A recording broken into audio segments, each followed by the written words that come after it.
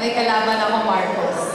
Pero nasabi ko na to dati, alam nyo, hindi natin matutuwid yung kasalanan ng nakaraan kung wala tayong acceptance ng kamalian na nangyari.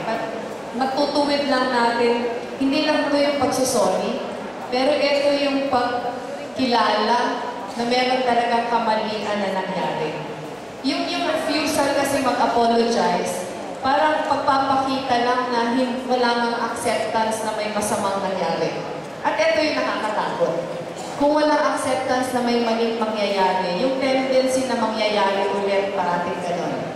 Kung walang acceptance, walang apology, dun sa mga nangyari in the past, ang tanong natin sa sarili natin, hindi ba nag-a-apologize, hindi ba tinatanggap dahil yung paniniwala tama yung mga nangyari? Kaya yung paniniwala ko, makaka-move forward lang tayo kung merong recognition na may mali at sinusubukang ituwid yung mali.